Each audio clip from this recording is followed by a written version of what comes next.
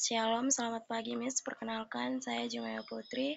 Saya mahasiswi dari kelas grup 4B. Baiklah, di sini saya akan menampilkan hasil dari PPT saya akan mempresentasikannya. Baiklah, di sini yang menjadi judul PPT saya adalah Persepsi Pengunjung Terhadap Fasilitas di Objek Wisata Puncak Ulu Kasok, Kabupaten Kampar. Yang menjadi latar belakangnya adalah Puncak Ulu Kasok merupakan salah satu objek wisata alam di Kabupaten Kampar.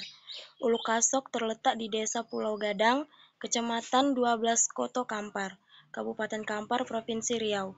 Objek wisata ini merupakan replika dari pulau yang terdapat di Papua yang sangat terkenal, yaitu objek wisata Raja Ampat. Meskipun sangat jauh berbeda, tapi pemandangannya hampir sama dengan objek wisata yang terkenal di tempat itu. Wisata itu namanya Ulu Kasok. Namanya lebih dikenal oleh para wisatawan dengan sebutan Raja Ampat KW. Di sini menyajikan 3 objek wisata. Pertama, air terjun Ulu Kasok. Kedua, wisata pulau. Dan ketiga, Puncak Ulu Kasok. Akan tetapi, Puncak Ulu Kasok lebih menjadi primadona dan paling diminati oleh para wisatawan untuk sekedar berfoto. Pulau itu Pulau Ulu Kasok, seluas 3.200 meter. Pemandangan yang indah ini yang menjadi daya tarik Puncak Ulu Kasok. Fasilitas objek wisata Ulu Kasok. Fasilitas objek wisata Ulu Kasok. Ulu Kasok memiliki fasilitas musola yang berjumlah 1 unit gazebo, tong sampah berjumlah 2 unit, ojek motor berjumlah 10 unit, dan hiasan pemandangan berjumlah 9 unit. Kondisi jalan untuk menuju ke atas puncak Ulu Kasok masih berupa tanah yang belum dapat diaspal. Fasilitas di objek wisata Ulu Kasok Kabupaten Kampar memiliki 1 musola dan 2 unit gazebo, dan hiasan pemandangan berjumlah 9 unit. Kondisi jalan untuk menuju ke atas puncak Ulu Kasok masih berupa tanah yang belum diaspal. Ketiga, waktu dan tempat. Penulis melakukan penelitian ini di objek wisata Puncak Ulu Kasok yang beralamat di Desa Koto Masjid, berwujud keadaan alam serta flora dan fauna seperti 1. Pemandangan alam, 2. Panorama indah, hutan rimba dengan tumbuhan hutan tropis serta binatang-binatang langka. 2. Objek dan daya tarik wisata hasil karya manusia yang berwujud museum, peninggalan purbakala, peninggalan sejarah, seni budaya, pertanian atau wisata agro, wisata tirta atau air, wisata petualangan, taman rekreasi, dan tempat hiburan lainnya. 3. Sasaran minat khusus seperti berburu, mendaki gunung, gua industri dan kerajinan, tempat pembelanjaan, sungai air deras, tempat-tempat ibadah, tempat-tempat ziarah, dan lain-lain. Teknik pengumpulan data. Adapun teknik pengumpulan data yang digunakan penulis dalam mengumpulkan data ialah sebagai berikut. 1. Observasi.